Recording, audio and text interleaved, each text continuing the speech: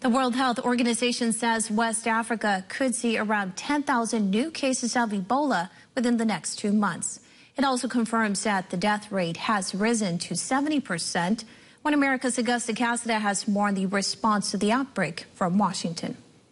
The World Health Organization previously estimated the mortality rate of Ebola at around 50%, but Assistant Director General of the WHO confirmed on Tuesday that the virus is now a high mortality disease. With the death rate rising to 70%, many are calling this a grim warning for the world's emergency response. Back in September, President Obama called for more international aid, stating we are, quote, not doing enough to combat the deadly Ebola outbreak. The U.S. is deploying thousands of troops to set up a military command in Liberia and support civilian efforts.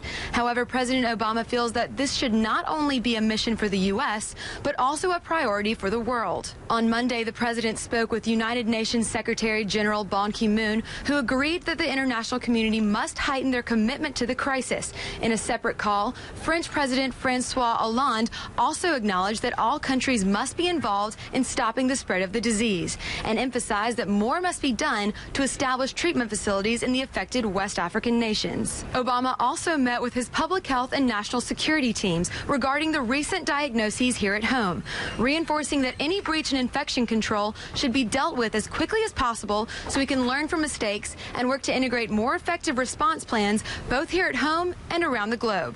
Augusta Cassada, One American News, Washington.